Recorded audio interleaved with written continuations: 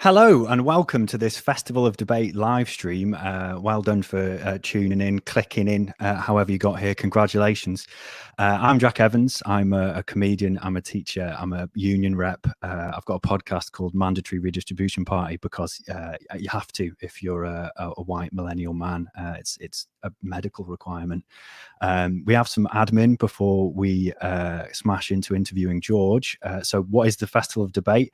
Well, it's a platform co-created by communities to give space for issue-based discussion, and organizations which perhaps don't get a platform in the mainstream media get an opportunity through the Festival of Debate. It's normally an actual physical festival, but obviously because of COVID-19, we've had to adapt. And this is the first of many live streams that we'll be doing to kind of have the same function of the Festival of Debate, but we're doing it online. All the way till the 3rd of July. The Festival of Debate's a non-profit run by Opus Independence, and these live streams are free. If you want to donate and to support the Festival of Debate, you can do on a PayPal link on Facebook and on our website, and we'd be extremely grateful. Before we begin, we'd also like to thank all the people who've shared links to this and kind of helped the Festival of Debate adapt to this streaming context. And we are going to also, before we get into the interview, we are going to save the last 15 minutes for questions. And we're going to be gathering questions from the tweets. You can tweet at the Festival of Debate Twitter feed or by commenting in the YouTube's comment section. And we'll come back to those at the end for the last 15 minutes. Our guest today is writer, activist, and Lion certified good egg, George Monbiot. George, thank you so much for coming on. How are you?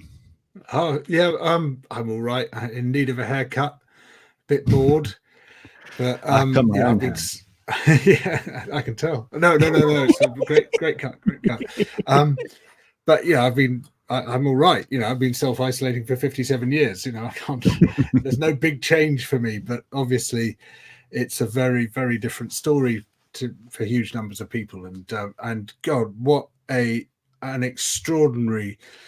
Well, it's an infection cluster, something which I probably shouldn't say, but I mean, it's unbelievable what is going on in this country. And we are an international laughing stock. We're a national crying stock. I mean, you compare what's going on here with South Korea, with Taiwan, with New Zealand, with so many other countries which have completely sorted this out because they got in at the beginning. They knew what needed to be done. They did it. And our government didn't, and now 60,000 dead and counting. It's truly a tragedy, and we have taken the #1 spot now, haven't we, in terms of per million deaths? Why do you think it's been so bad in the UK? What has led to these monumental failures in this country in particular? It's a real institutional issue in that we have a government whose whole purpose really is to favour particular commercial interests, and those commercial interests are wealth extractors. They're the people who park their money offshore, they're the hedge funds, they're the private equity companies, they're the big media billionaires, Murdoch and Rothermere and Barclay Brothers. They're the people who basically suck wealth out of the country, suck wealth out of other people's pockets, and their interests are short term. And so everything that this government believes in and everything it stands for and everything it's tried to do has basically been to break down the public protections, the regulatory barriers, the tax arrangements, anything which might hold those forces to account, sweep all that out of the way. And that includes effective and proactive government. And then suddenly disaster hits. And it's in exactly the wrong place to respond to it. Theoretically, the UK was in the right place. I mean, according to the Global Preparedness Index, we were second in the world for pandemic readiness. But there were two fundamental problems. One is that they refused to use the system. They just dithered. They pissed about for 7 weeks, not using this pandemic preparedness system that we had, not putting the systems in place, not actually making those things happen, because it's all about short-termism. The people they represent are people who don't invest. They're people, if their companies make money, they put it into share buybacks, they put it into dividends, they don't put it into investment. So the idea of front loading your costs, of saying, okay, let's take a hit now by locking down, by keeping people indoors, by closing down temporarily a whole load of businesses, a whole lot of activity. We'll take that hit now, knowing that it'll be good in the long term, as New Zealand, which has now come out of lockdown, has demonstrated so well. But they couldn't do that because that is completely contrary to the whole ethos and the whole philosophy. On top of that, what appeared to be a really good system, looked at from a distance, when you get into the granular detail of what's been going on within that system, you see it's basically been hollowed out from within. And it's been hollowed out by privatization and outsourcing. So, for example, if you look at PPE, protective equipment for doctors and nurses and other health workers in the NHS, the goggles and the masks and the gowns and stuff, and why the hell haven't they got the PPE? And the reason is that between them and the PPE supply, there are now 4 layers of commercial contractors for no reason other than that introduces 4 layers of profit making into the system. Each of those layers, there are people scooping money out of the system. And then those 4 layers, and this has all been revealed by a brilliant report by the group We Own It, those 4 layers are divided into what are called towers, 11 different towers. And towers is quite good because if you think of a tower of Jenga bricks, when half the bricks have been taken out from the bottom and it's just about to collapse, that's what those towers look like.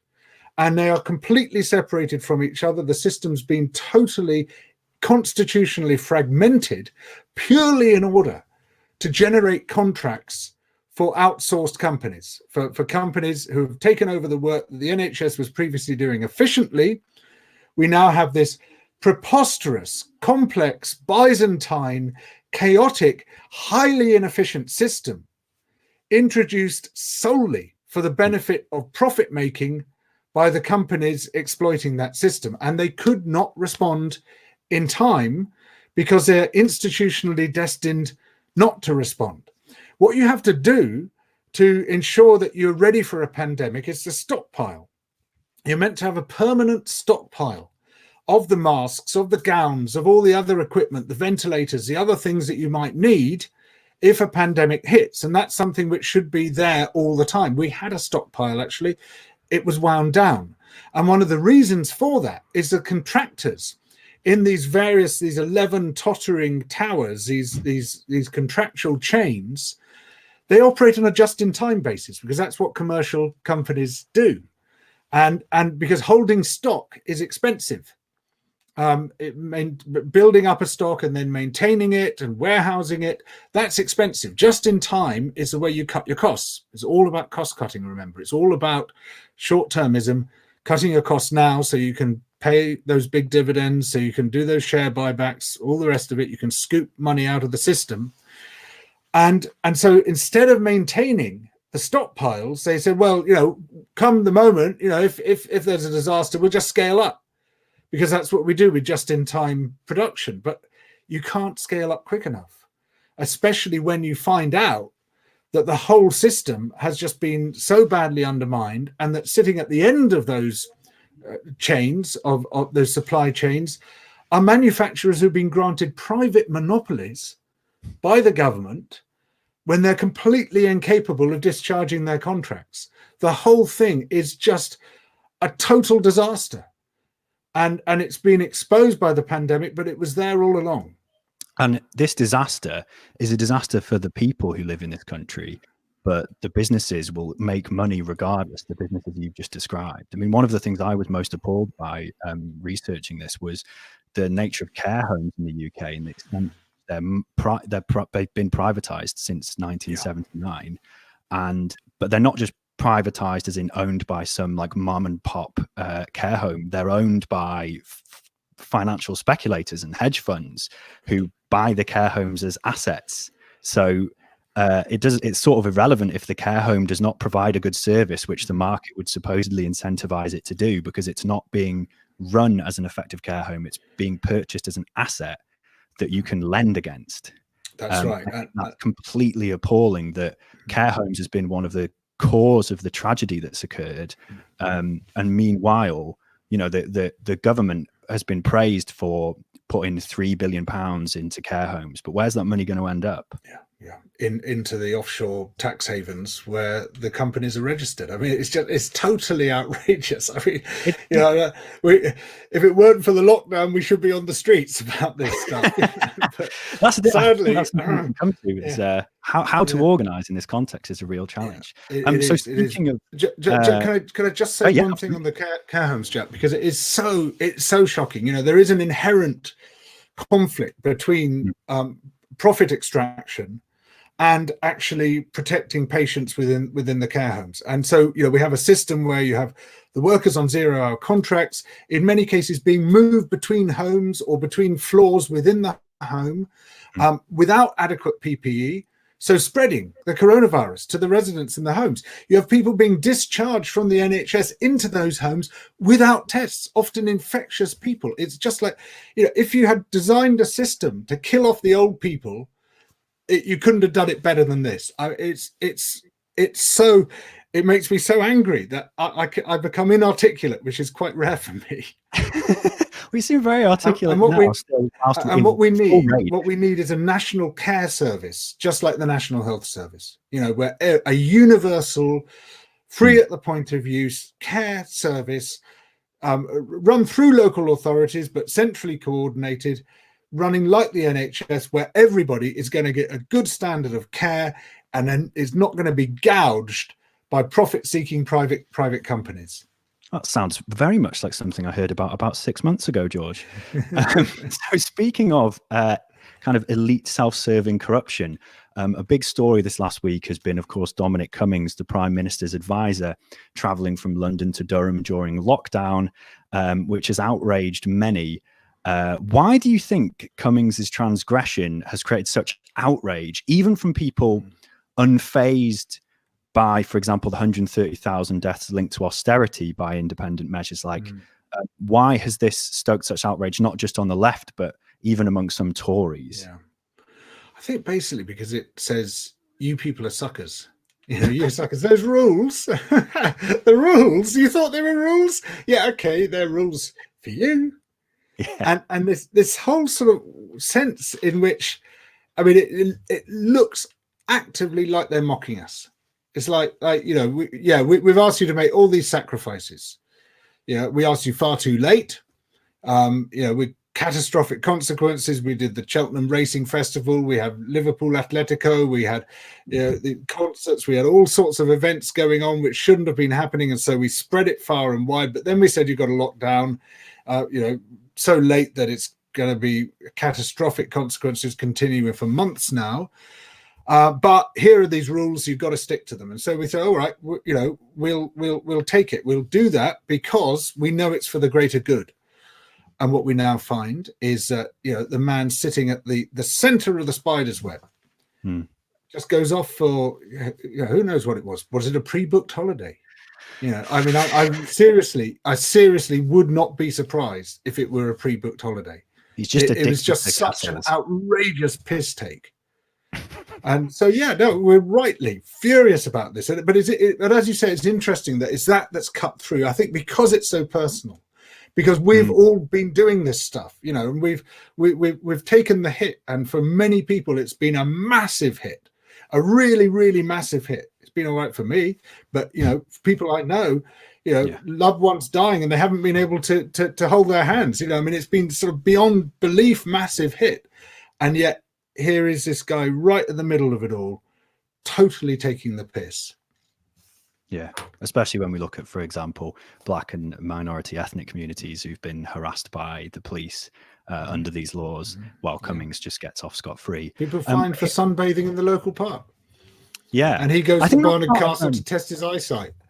Yeah, test his eyesight. I think it's kind of part of the same thing, though, is the outrage at Cummings is kind of linked to the outrage at perhaps people in the park of like an individual story, a villain to characterize, like a transgression, whereas we find it more difficult to think about systemic things. For example, let's take the people in the park or the people on the beach or even Cummings. Like there's an outrage at them, but we aren't taking cameras inside an Amazon warehouse to people compelled systemically and economically to go to work and to go to these potentially unsafe environments. We're not taking any outrage photos of that and putting it on the front pages because it's part of the disease, the political disease of our times, is the individuation of systemic failure, where you say, right, we'll blame it on people at the end of the chain.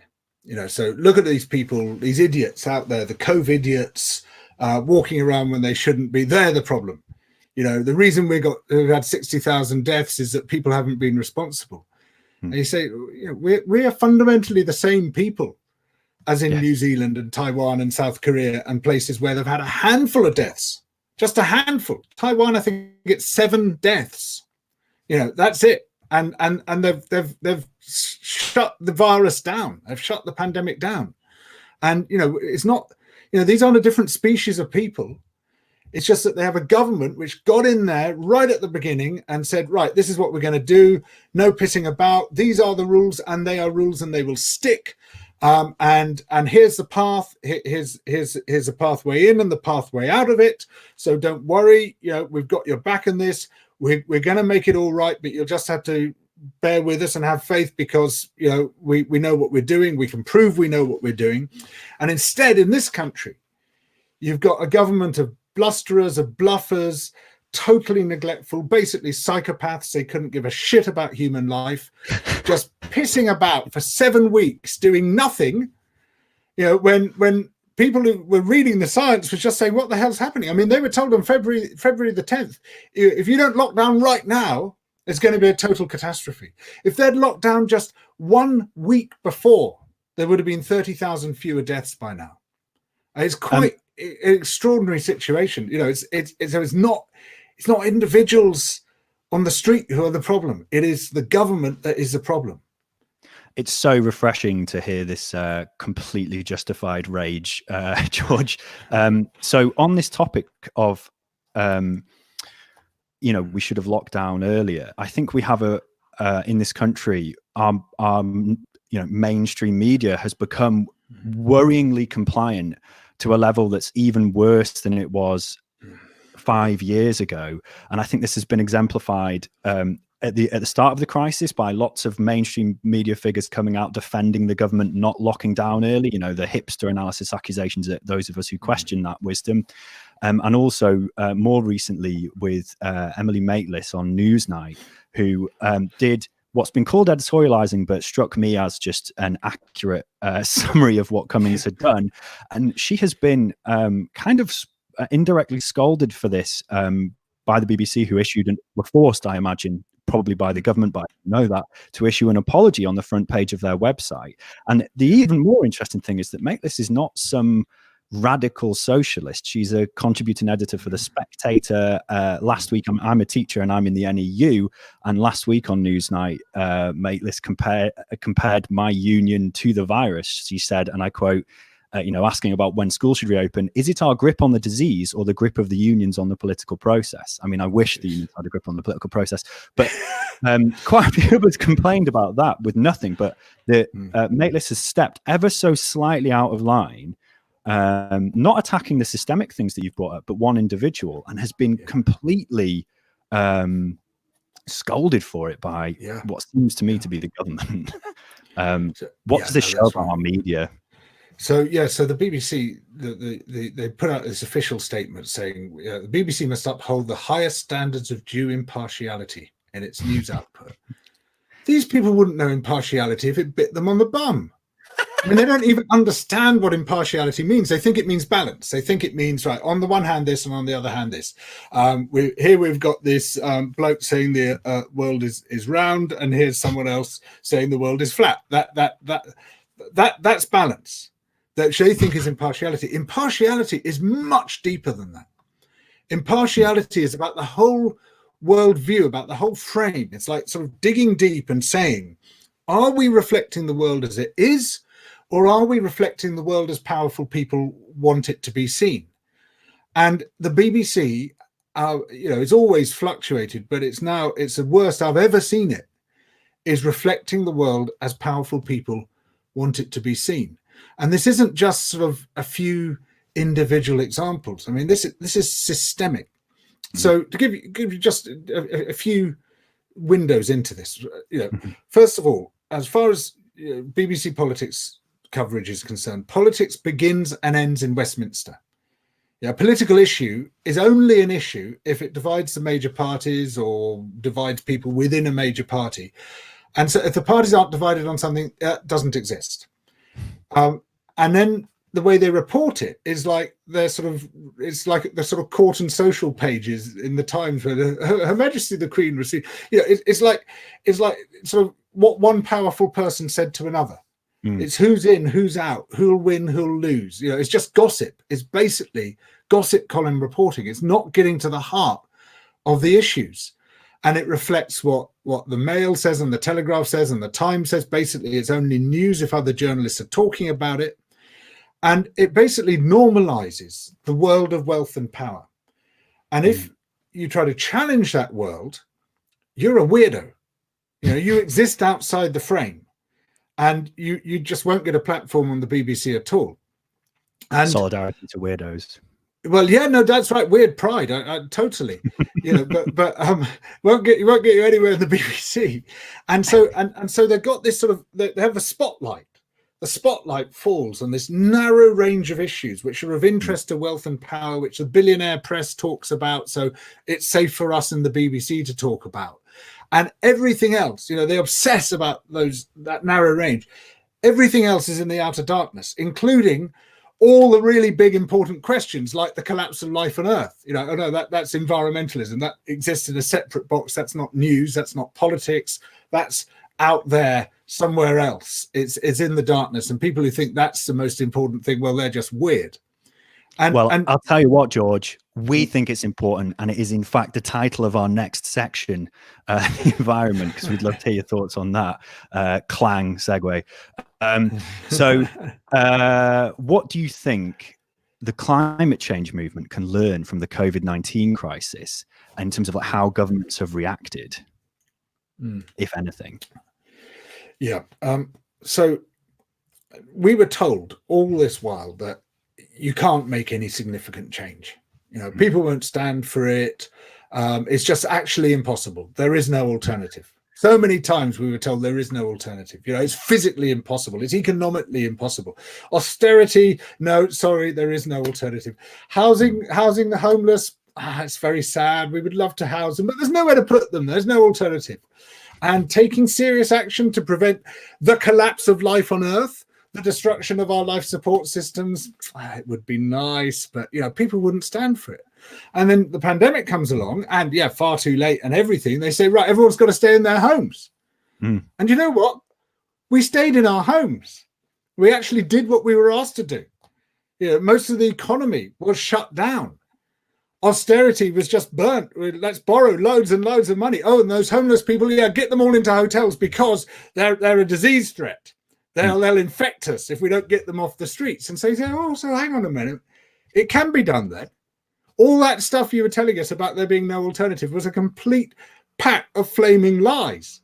It's perfectly possible to do this. All that was lacking was political will. Now, the pandemic is a massive crisis, but the collapse of life on Earth is a far, far bigger crisis. It's the biggest predicament humanity has ever faced.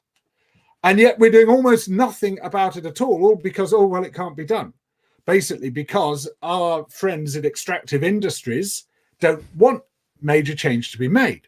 But the changes we have to make to prevent climate breakdown and ecological breakdown are far smaller than the changes we've been asked to make to prevent the pandemic from spreading.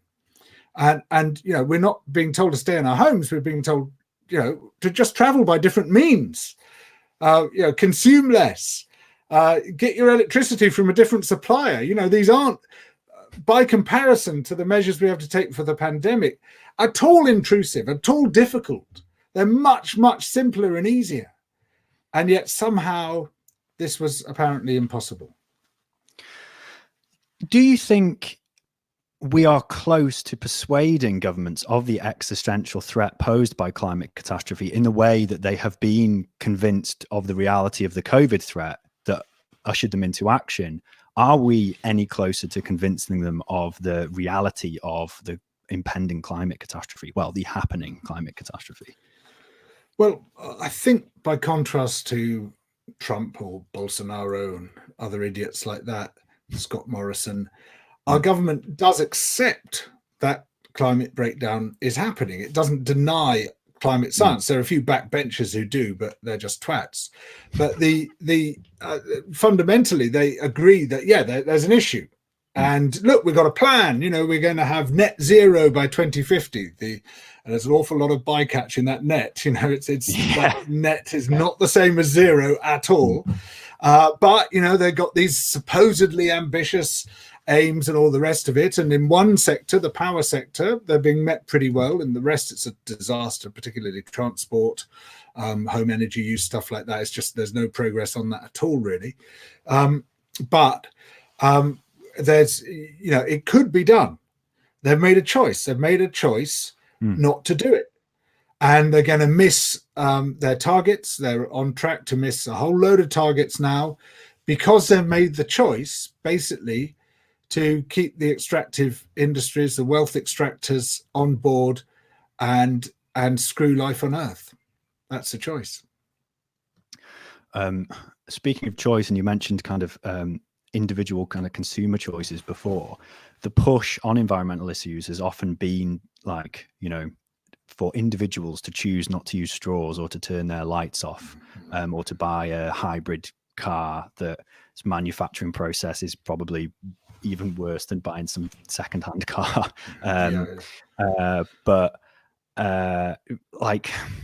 Do you think individual consumer choices such as veganism and not flying are significant enough to help? Because given the limited impact of lockdown on emissions, and it has dropped emissions a bit, do you think there are things to do beyond just compelling states to act? Like, are these individual choices meaningful? Actually, the two that you mentioned are the most meaningful choices that we can make individually. Not flying, changing your diet towards a plant-based diet, and I'd add to that changing your surface transport patterns as well. Using a bike, walking, using public transport, though that is now turning into a bit of a nightmare. But so there are things. I'm not dissing all individual choices. There are important things we should do, and basically consume a lot less of everything. These are all important things we should do. But basically, this is a systemic problem, and it can only be solved through systemic measures. We need governments to step in and do what it says on the tin and govern and say, right, here's the plan. Here's what we're going to do.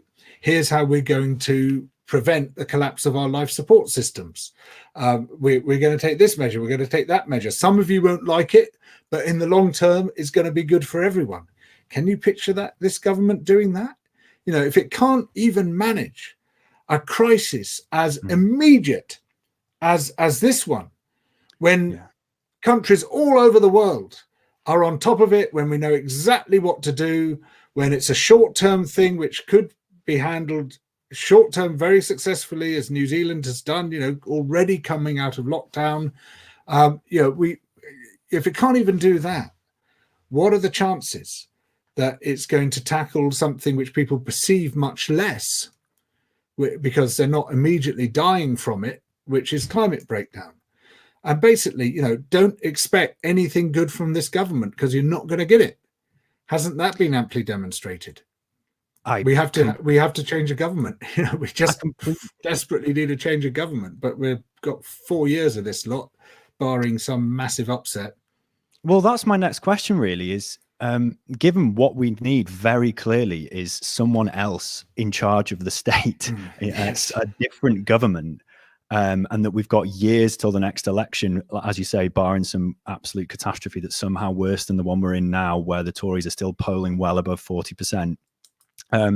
How do you think we can bring about necessary changes? How do you think we can organize to bring about these changes? You know, to what extent do you support direct action, and what kinds do you think are effective? Well, direct action is a crucial tool in the political toolbox. Non-violent civil disobedience has always been one of the most fundamental political tools of all. In fact, there would be no democracy without it. No. You know, there wouldn't be votes from the majority of men. There wouldn't be votes for women. There wouldn't be civil rights in the US. Apartheid wouldn't have come to an end. There wouldn't be equality before the law. There wouldn't be any conception of justice. I mean, we wouldn't have anything that resembles a civic life without non-violent civil disobedience. It's been absolutely fundamental. And it sort of almost makes me laugh when, you know, you take the streets with Extinction Rebellion or something, and people say, oh, look at those dreadful scum, those anarchists, they're just trying to destroy society. Our ancestors doing exactly this created society. Everything that's good in your life, everything that makes your life worth living came about as a result of protests like this. It's absolutely essential. Now, I'm not saying it's sufficient. I'm saying it's necessary, but not sufficient, because you need all the other stuff as well. You need to vote. You know, that is crucial.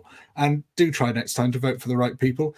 And you need to lobby your MPs, and you need to mobilize in every single way we can mobilize. But never neglect the role of protest is absolutely crucial, which is why they keep trying to shut it down. They keep bringing in new laws to constrain the scope of peaceful protest. If it weren't effective, they wouldn't do that. Well, just look at strike laws, right? In this country, you can only legally strike for your own financial self-interest. Yeah. Now, I would argue you can make a pretty good argument that you have a financial self-interest in the ecosystem not collapsing. But, you know, things like I teach and I support wholeheartedly students who do the climate strike. But one of the most effective means of nonviolent resistance we have, and one of the things that brought about a lot of the things you listed, was strike action. And the under current laws, a climate strike, even if you were able to organize it in your workplace, would be illegal. It's just and amazing. The reason it's illegal is because it works, right? Yeah, exactly. So they brought in the 1992 Trade Union Act to stamp it out.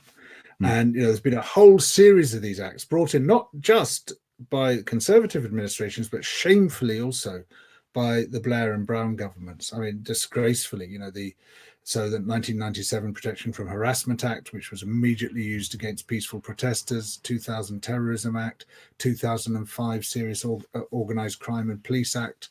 I nearly called it the Serious Organized Police and Crime Act. All this whole tranche of legislation to basically just shut down exactly the sort of actions you're talking about. And, as a result, democracy is much thinner and weaker in this nation. And, you really begin to question, do we live in a democracy at all?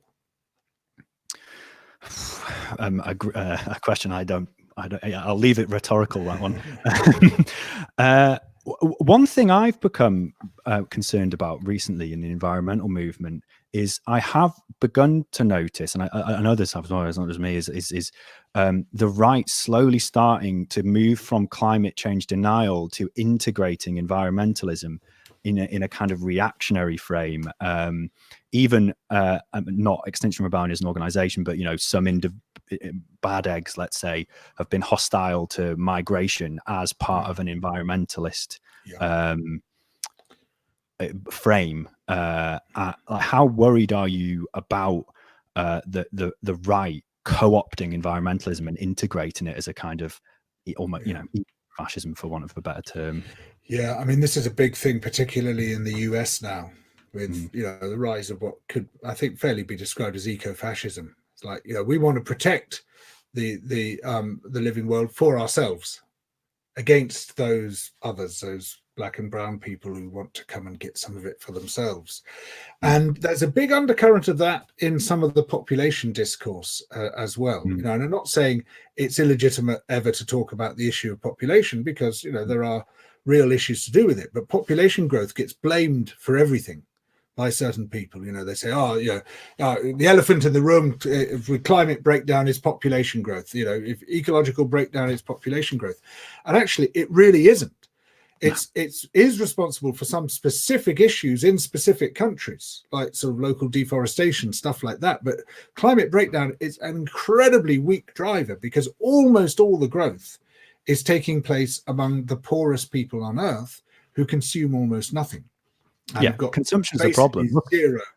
Zero climate emissions, and it's and it's right across the board. They're not consuming because they don't have any money. And yet, so you see rich white people, the only thing they're not responsible for, unless they're Boris Johnson, is having loads of children. And even Boris Johnson, with his 8 to 10 children, is on the record saying the problem is population growth. And he doesn't mean his population growth. He basically means black and brown people, because nearly all the population growth is happening among black and brown people in the poorest nations. So implicit in it is racism, and it's a deep and old strand of racism, which is this sort of moral panic about those people outbreeding us. They're going to overwhelm us. They're going to dilute the gene pool. These degenerate people are going to swamp us by breeding more than we breed. And that horrible notion was at the heart not just of the eugenics movement, but a whole series of colonial genocides, which, as Sven Lindqvist demonstrated very powerfully in his book Exterminate All the Brutes, was brought back to Europe in the form of the Holocaust. They basically re-imported that genocidal tendency. We've got to stamp out this threatening other, and the Nazis imported into this awful, massive, biggest genocide, wiping out the Jews and the Gypsies and disabled people and gay people and the rest of it, because of this sort of genetic threat. They are going to swamp us, they're going to outbreed us and stuff. This was such a powerful current. So anyone now talking about population has to be super aware of that historical context, super aware of the fact that actually, there's some very, very dark roots to this. And unless you acknowledge those roots, and unless you're very specific and careful in saying, okay, this could be ascribed to population growth, this not, population birth rates are strongly linked to poverty among women. Why are women poor? Partly because of the grossly unjust global order. So what the hell have you done about that grossly unjust global order? If you've done nothing, you have no right to speak about population. No right at all. It has to be challenged to because it's just implicitly social Darwinism. I mean, there's some of the early stuff. I teach history, and Galton, who was Darwin's cousin, who was basically the pioneer of social Darwinism, he talks about London being overrun by the Cockney race. Like basically the London working class were othered as not just another class but another race, and they had sort of phrenology stuff about not only Cockneys but the Welsh, which would be me, and people from Glasgow and stuff. And it's some of the most bizarre. And then the depressing thing of seeing like William Beveridge, who's hailed as the father of the welfare state, was in the eugenics society. And it's we forget, like you say, it was imported to Europe as the Holocaust, but it was intimately throughout even liberal mainstream stuff only half a century ago, and we should be very, very wary. So I think this is a good time to move on to our next topic, which is system change. You've said in a few things, in articles and in videos you've put out, that the worst possible people are in charge at the worst possible time right now. What do you mean by this?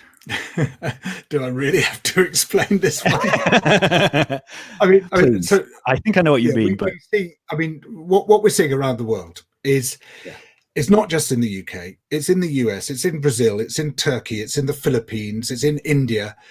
It's in so many countries now. We see the rise of these people who call themselves strong men, but are in fact the weakest men on earth, the most needy, craven, whimpering, women-hating, women-fearing men you could ever get, who are basically killer clowns. And they've been sort of brought to the fore by the media. And they can dominate the media because they say such outrageous things which get a lot of attention, and that allows them to then win the popular vote, or even when they don't win the popular vote, they still seem to get in, and this is a global phenomenon. Now, global phenomena have global reasons, and basically the reason why capital has switched its allegiance from the dull, technocratic, managerial people who dominated 10, 15 years ago. Remember when politics was so boring, and there were just these men in suits who all looked the same and all sounded the same, and there was almost nothing to choose from between the political parties. And basically that's how capital wanted it at the time, because it was dominated by corporate capital.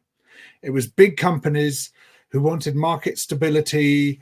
They wanted everything nailed down. They didn't want disruptive change. But since then, capital has really switched away from the corporation as the hub towards the oligarch. I don't mean Russians when I say oligarch. I mean billionaires in general. There's been a massive empowerment of the Rupert Murdochs and the Robert Mercers, and so many of these billionaires with fingers in the political pie, who either within or outside the corporation have massively enriched themselves and enhanced their power. And what they want is something different to what the old corporate style of capitalism wanted. Oligarchic capital wants something much more disruptive. It wants non-functioning states or scarcely functioning states. It wants to offshore everything. It wants this breakdown and fluidity, like Steve Bannon, who is the sort of architect of so much of this, says the deconstruction of the administrative state. That's what they want. And for that to happen, they need complete idiots in charge. People who can sort of summon up the mob and can polarize and divide society, but could not organize a piss up in a brewery. And this is what we've got in one country after another. And that's what I mean when I say the worst possible people are in charge at the worst possible time. How do you think this has happened? I think you're absolutely right that it has, but what would you pick out as the main things that have brought it out about oligarchs, control of the media? Would you talk about think tanks, for example, the IEA, which is always on the news here, and who funds them, we're not allowed to know. What factors have brought about this shift, do you think? What would you pinpoint? So there's several things, but it's fundamentally neoliberalism. It's a system which says that nothing should stand in the way of this thing we call the market. The market is the euphemism we use for the power of money.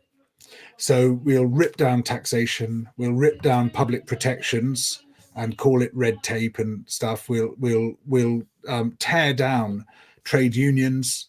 We'll tear down civic society. There is no such thing as society, only men and women and their families, if you remember that. And we'll clear all the obstacles out of the way. And what that then does is to allow the accumulation of what Thomas Piketty calls patrimonial capital, patrimonial wealth. You see a class just pulling away from the rest of society, taking more and more and more. You rip down, incidentally, the control of monopolies. The antitrust laws get torn down, so you have Bezos or Gates or whoever it might be, Zuckerberg, being able to monopolize a whole area of life and take all the gains from themselves. You have Murdoch being able to monopolize a huge part of the media. And you just see this massively empowered class. And of course, economic power translates into political power. If there's one thing we need to know about politics, if there's one thing we need to remind ourselves of every day, it's that economic power translates into political power. And of course, there's a feedback loop because political power translates back into economic power. And the only thing which can break that is radical politics. Only by mobilizing politically and electing governments with all the tools in the democratic box, including civil disobedience, only by those means can we break the power of patrimonial capital and the oligarchy.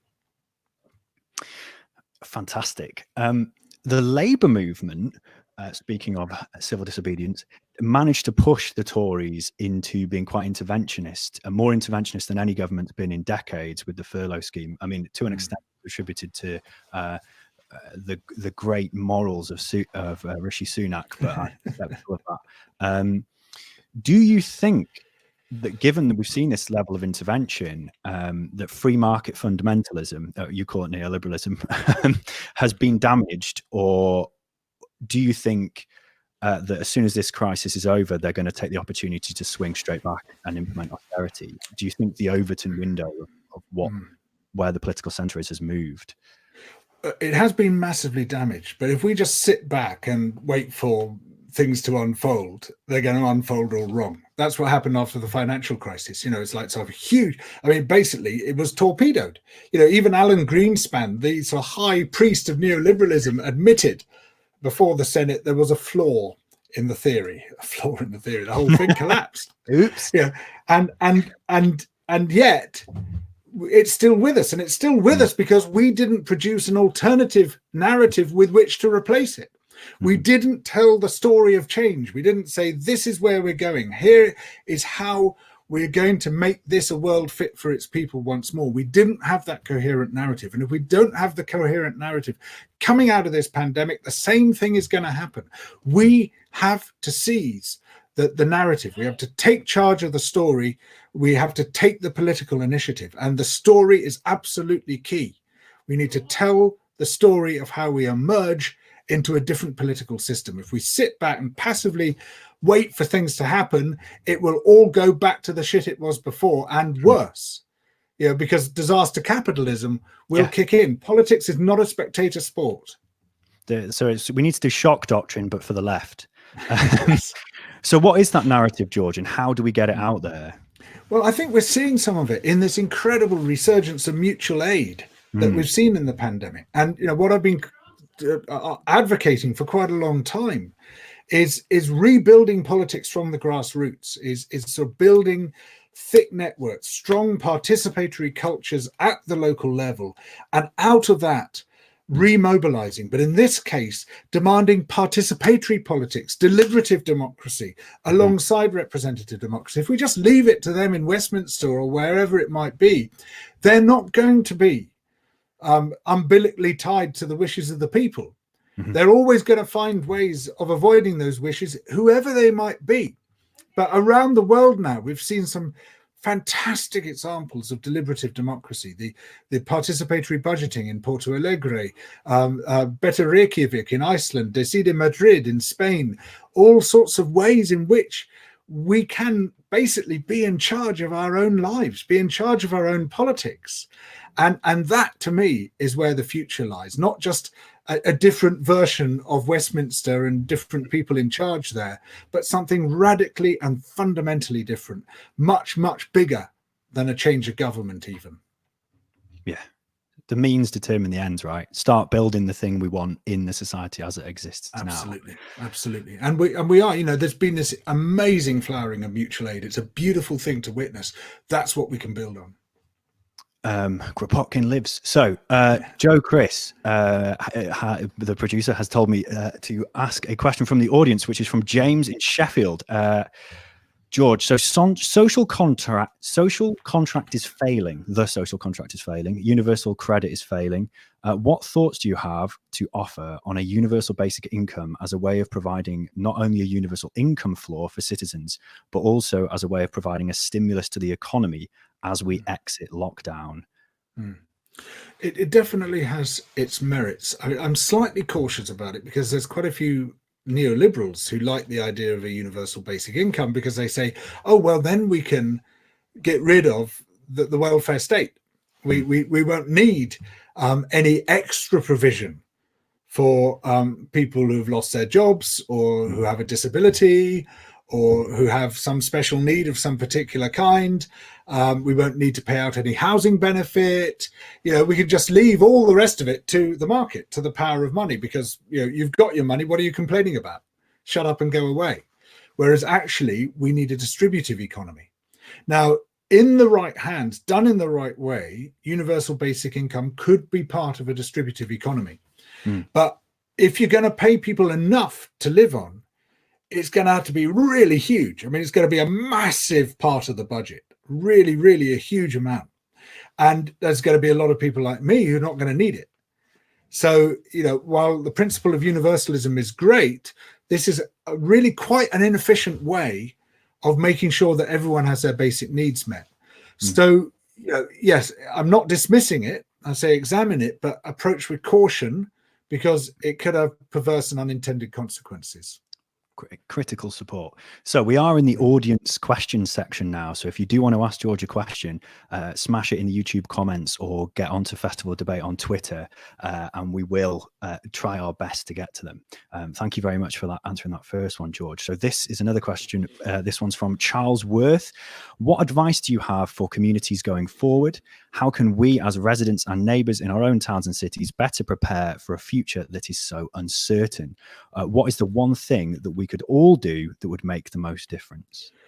I think learn about the commons, discover what the commons is, because the commons is like the fourth pillar of the economy that scarcely anyone talks about. And once you've grasped what it is and what it can do, then that becomes a platform on which all sorts of amazing things can happen. So read Guy Standing's book, The Plunder of the Commons, read David Bollier and Silke Helfrich's book, Free, Fair and Alive. And these will give you a guide really as to how to build an economy and a politics which belongs to us, not to any distant authority and not to any plutocrat. Thank you very much. Another question, not attributed this one. What is your opinion on the suggestion of holding post-COVID tribunals for governments who failed their people and caused a high number of deaths and suffering due to their delays and unpreparedness? Perhaps even in the light of the great success of other tribunals and inquiries in the past, such as on Iraq. Yeah, well, this is a big part of the problem. And one of the many reasons why I feel, this is only a democracy skin deep. And one of them is that a government determines whether or not there's a public inquiry, what its terms of reference are, and who's going to run it. So it's like someone who's arraigned on charges, who can decide whether or not they're going to go to court in the first place, what the charges should be if they do go to court, and who the judge and jury should be. I mean, it's a totally preposterous system, and it's one of the results of us not having a codified constitution, that basically the government can just make it up as it goes along and say, yeah, we'll do it this way. And that it should not be permitted to do it that way, for the government to be judge and jury in its own case. I mean, it's just absurd. It's ridiculous. And so you get these farcical inquiries, whether it's into Hillsborough or Bloody Sunday, the original one, the Hutton report, all these totally farcical inquiries, which just are designed to cover the arses of government and authorities. So we definitely need a different system. I'm not sure quite what that system should be at the moment. It's one of the things I'm thinking about, but particularly brought to the fore by this crisis, because it's murder. Basically, it's murder. Their unconscionable delays were murder. Now, the way they're basically saying the rules aren't rules anymore, so we'll turn a blind eye if you break them. There's a point beyond which negligence and incompetence becomes culpable. And we have gone way beyond that point in this country. Absolutely. So is the government's COVID contact tracing app a threat to freedom of protest and democracy in general? There are real dangers here. Like, I don't want to dismiss them at all. If you're going to do this stuff, it has to be done within very tightly circumscribed limits. Now, I can see the virtue of developing the app. We desperately need a proper contact tracing testing system, which, again, we had the capacity to do it, and the government completely dropped the ball, deliberately dropped the ball. It didn't want to front load its costs, and so now we're in a really, really difficult situation, and it's desperately scrambling around to set something up. And it could get it horribly wrong, and it could be this really intrusive form of surveillance. And so, this isn't the time to drop our guard and say, yeah, you can take whatever civil liberties you want, because we're in the middle of a pandemic. We say this has got to be done in such a way that the only purpose for which it can be used is the purpose of containing the pandemic. And that data has to be totally ring fenced. It has to be destroyed very quickly indeed, so that it can't be stored any government server, anything like that. Again, the ins and outs of exactly how to do it, I'm not the one to ask, but the principles are there. That this isn't something you can afford to get wrong, because we could ratchet ourselves even further towards the surveillance state. Well, thank you so much, George. I think this has been a really interesting conversation, and I've certainly enjoyed listening to you answer these questions, and I hope others have too. But unfortunately, that is all we've got time for this evening. Everyone, thank you not only to George, but to everyone who shared the live stream, and of course, all of you watching the stream. If you would like to donate to the Festival of Debate and Opus Independence, you can do so through the PayPal on Facebook and our website. We will be back next week with a show about economic responses to the COVID-19 crisis with Natalie Bennett from the Green Party, Kate Pickett, author of The Spirit Level, and Michael Jacobs, who's director of the Commission on Economic Justice and the Institute for Public Policy Research. I had to read that one out, and I've absolutely embarrassed myself. But yeah, thank you very much for watching, and thank you very much, George. Thank you. Fantastic. Thanks so much, Jack, and thanks everyone for listening and watching. Sorry I ranted so much, but I'm really fucking pissed off, so sorry. Thank you.